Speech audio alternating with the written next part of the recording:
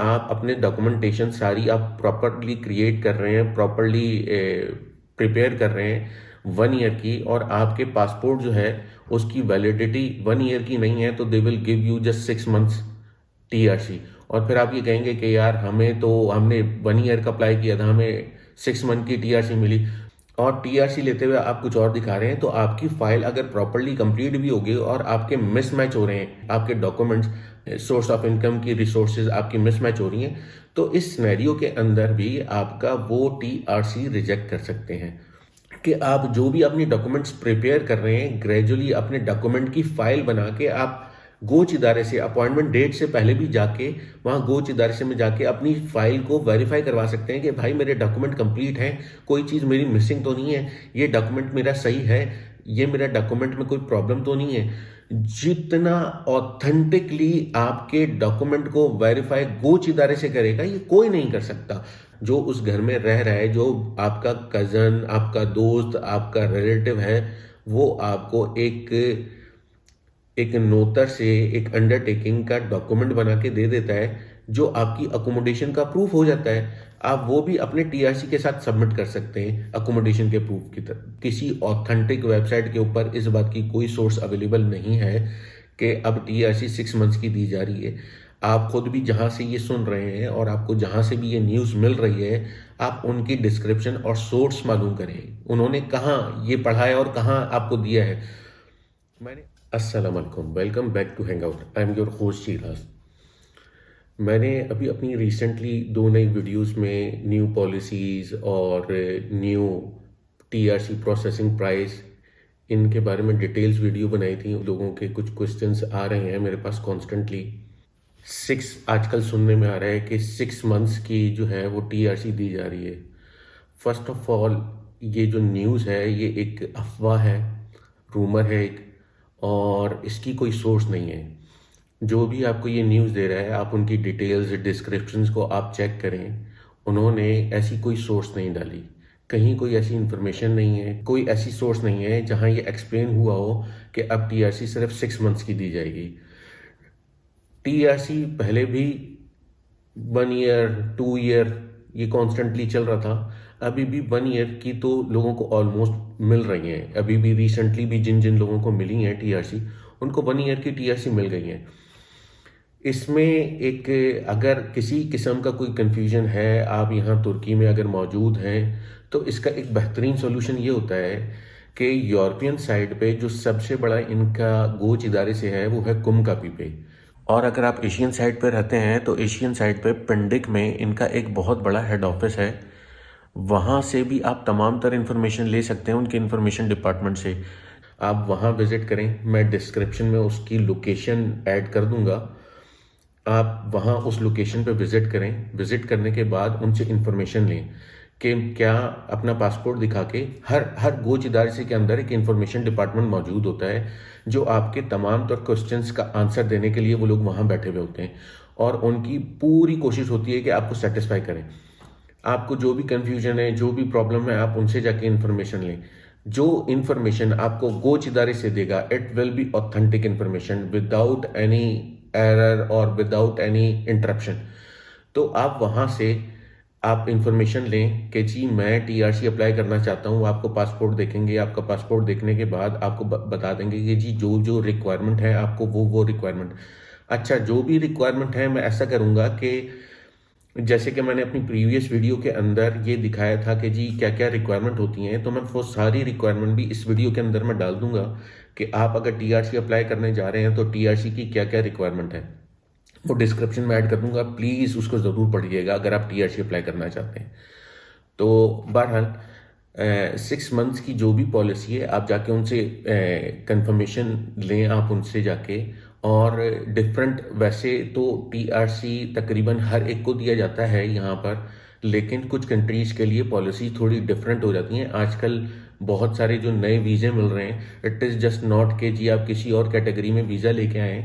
अगर आप touristic visa भी लेके आते हैं तो कुछ कंट्रीज़ में ऐसा हो रहा है, इवन कि इंडिया के वीज़े ऐसे देखने में काफ़ी आ रहे हैं जिनके ऊपर ये लिखा हुआ होता है कि आप इस पर किमलेक अप्लाई नहीं कर सकते। इन सारी चीज़ों को आप कंफर्मेशन करने के लिए जो भी आपका कन्फ्यूजन है, आप अगर यूरोपियन साइड पे रहते हैं तो कुमकापी में इसका सबसे बड़ा गोचीदार का ऑफिस है। आप वहाँ जाएं और वहाँ जाके तमाम तर इन्फॉर्मेशन आप उनसे ले सकते हैं। जो भी आपके क्वेश्चंस हैं, they will guide you on each and every step. Even कि अगर आप अपना टीआरसी प्रोसेस कर रहे हैं और आप उनसे कोई भी इंफॉर्मेशन लेना चाहते हैं तो दे विल गाइड यू। हाँ, वहाँ मल्टीपल लैंग्वेजेस के अंदर लोग बैठे हुए होते हैं। आप उनको जाके बोलें कि जी मैं इंग्लिश बोल सकता हूँ या मैं उर्दू बोल सकता हूँ, या जो भी आपकी लैंग्वेज है जो आपको आती है आप उनको बताएं, तो आपको मोस्टली वहाँ इंग्लिश स्पीकिंग जो है वो मिल जाएंगे इन्फॉर्मेशन में। तो आप वहाँ जाएं, जाके कंफर्म करें। अभी तक इंटरनेट के ऊपर ऑथेंटिक कोई सोर्स अवेलेबल नहीं है कि 6 मंथ्स की पॉलिसी क्या है। 6 मंथ्स की अभी तक कोई पॉलिसी नहीं है। जो भी लोगों के नए टीआरसी आ रहे हैं वो 1 ईयर के टीआरसी हैं मिनिमम इस वक्त। हाँ, अगर आपके टीआरसी, आपके पासपोर्ट की वैलिडिटी, जो जो भी आप टीआरसी अप्लाई कर रहे हैं उस 1 ईयर की, 2 ईयर की आप टीआरसी अप्लाई कर रहे हैं, तो आपकी जो 2 ईयर की वैलिडिटी है प्लस उसमें 2 मंथ्स ऐड मजीद आप कर लें, तो इतनी आपकी वैलिडिटी होनी चाहिए पासपोर्ट की। अगर आपके पासपोर्ट की वैलिडिटी 1 ईयर की भी नहीं है तो आप 1 ईयर का भी अप्लाई करेंगे तो आपको 6 मंथ्स का देंगे। तो ये इन चीज़ों को फोकस करना ज़रूरी है। टेक्निकल पॉइंट्स होते हैं ये कि आप जितने टाइम के लिए टीआरसी मांग रहे हैं आपका पासपोर्ट उससे ज़्यादा टाइम के लिए वैलिड होना चाहिए। आपके पासपोर्ट की एक्सपायरेशन डेट आपकी टीआरसी की रिक्वायरमेंट से ज़्यादा होनी चाहिए। तो इस बात को फोकस ज़रूर करें कि अगर आप अपने डॉक्यूमेंटेशन सारी आप प्रॉपरली क्रिएट कर रहे हैं, प्रॉपरली प्रिपेयर कर रहे हैं 1 ईयर की, और आपके पासपोर्ट जो है उसकी वैलिडिटी 1 ईयर की नहीं है, तो they will give you just 6 months TRC. और फिर आप ये कहेंगे कि यार हमने 1 ईयर का अप्लाई किया था, हमें 6 मंथ की टीआरसी मिली। आपके डॉक्यूमेंट की, आपके पासपोर्ट की वैलिडिटी ही इतनी नहीं है कि आपको 1 ईयर का टीआरसी दिया जाए। तो इस बात को फोकस करने की ज़रूरत है कि जितनी भी न्यूज़ घूम रही है 6 मंथ्स की, ये सिर्फ न्यूज़ ही है। जितने भी सोशल मीडिया हैं या जितने भी व्लॉगर हैं जो भी इंफॉर्मेशन प्रोवाइड कर रहे हैं, उन्होंने किसी ने भी सोर्स नहीं दी इसकी। उनकी डिस्क्रिप्शन में कहीं पे भी ये सोर्स अवेलेबल नहीं है कि जी अब टीआरसी जो है वो 6 मंथ्स की दी जा रही है।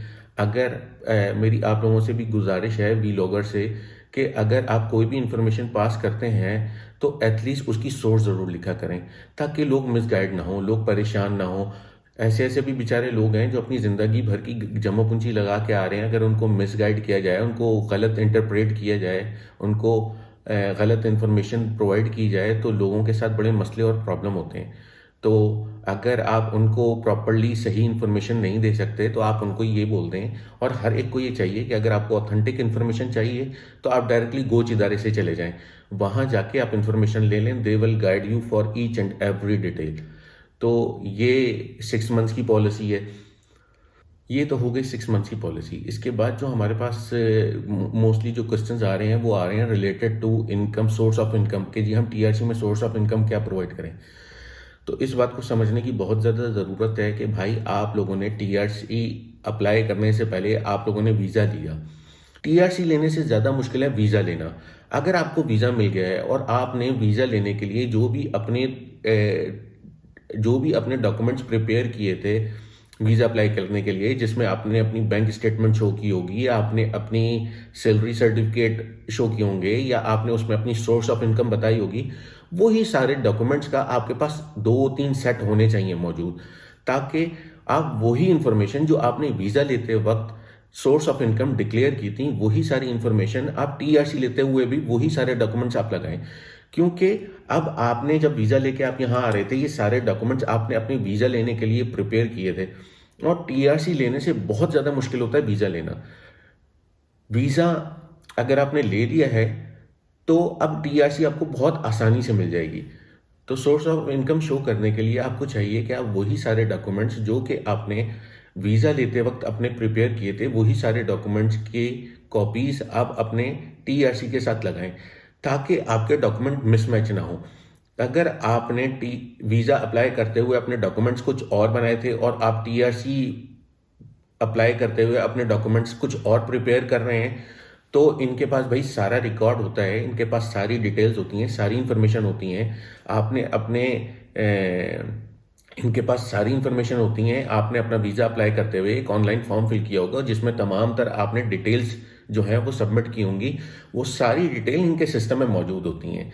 तो आपको अपने तमाम तरह डॉक्यूमेंट जो है ना वो सिंक्रोनाइज रखने हैं। आपने अपने डॉक्यूमेंट जो है ना वो मिसमैच नहीं करने कि जी आपने सोर्स ऑफ इनकम वीज़ा लेते हुए कुछ और दिखा दी और टीआरसी लेते हुए आप कुछ और दिखा रहे हैं। तो आपकी फाइल अगर प्रॉपरली कंप्लीट भी होगी और आपके मिसमैच हो रहे हैं डॉक्यूमेंटेशन में, आपके डॉक्यूमेंट्स और आपके सोर्स ऑफ इनकम की रिसोर्सेज आपकी मिसमैच हो रही हैं, तो इस सिनेरियो के अंदर भी आपका वो टीआरसी रिजेक्ट कर सकते हैं।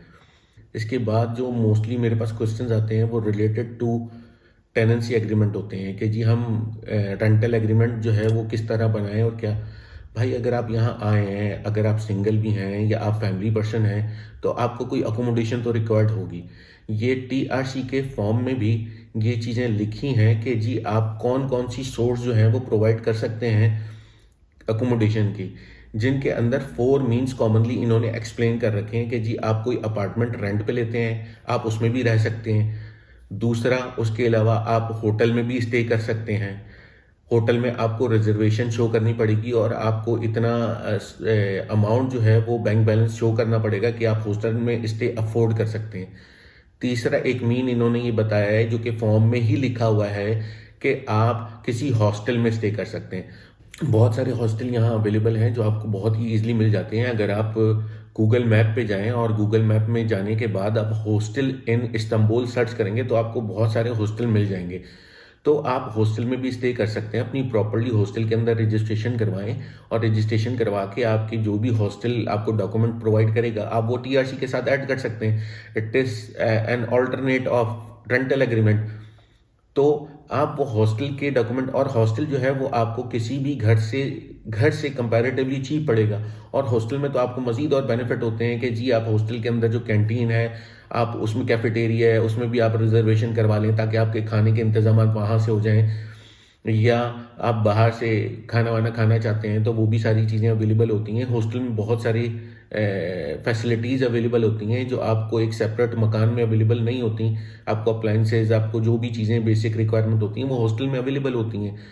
तो आप, और फिर वो हॉस्टल में कंप्लीट सिक्योर इन्वायरमेंट होता है।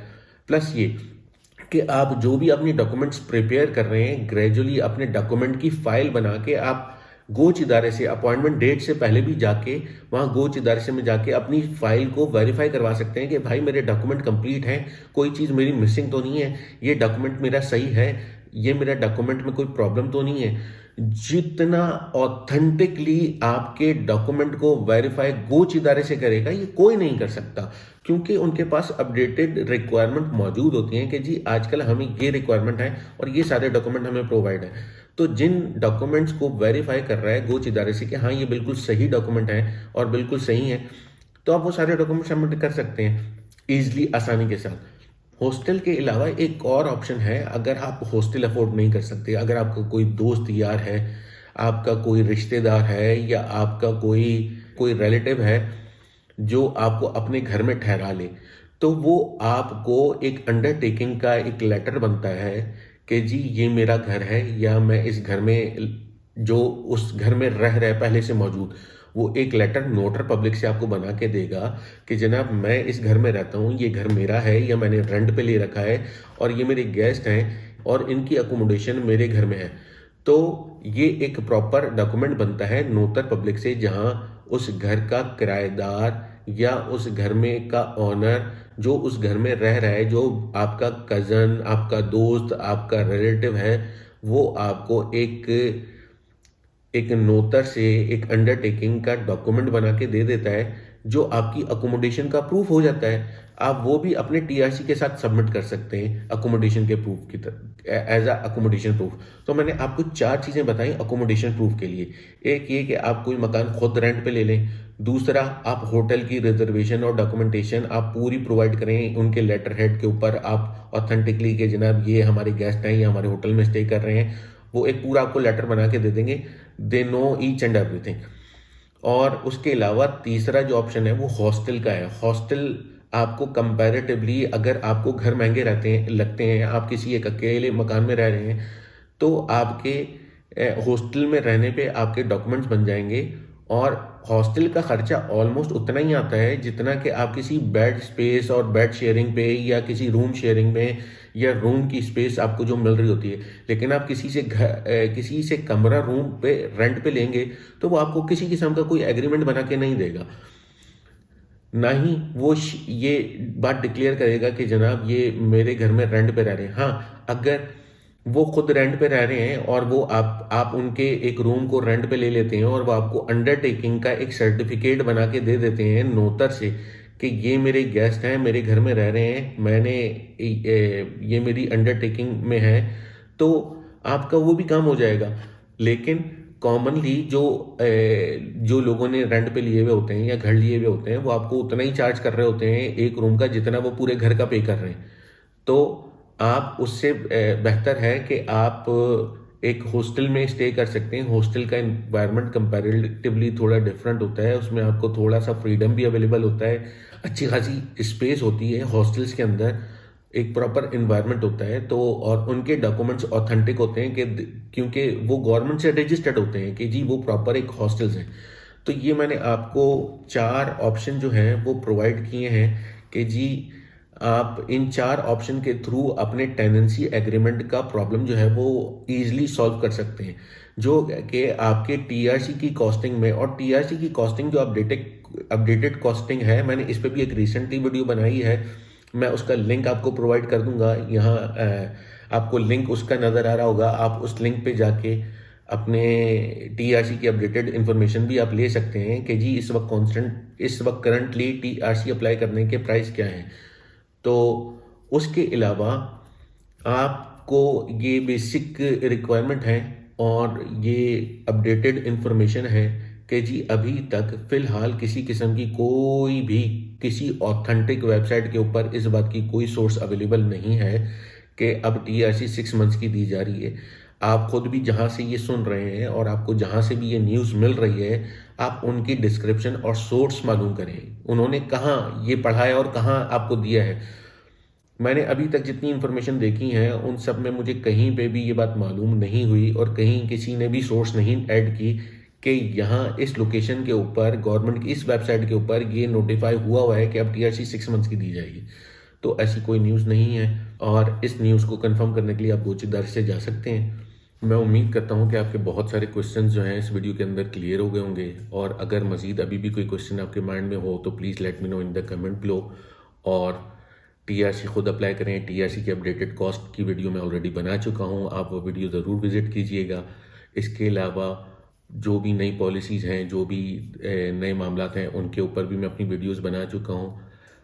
आप वीडियोस विजिट ज़रूर करें, चैनल को सब्सक्राइब ज़रूर करें ताकि आपको तमाम तर इन्फॉर्मेशन मिलती रहे। टीआरसी खुद अप्लाई करें, इससे आपका बहुत सारा पैसा बचेगा। एक नए कंट्री में आए हैं, आपको पैसे की बहुत ज़रूरत होगी।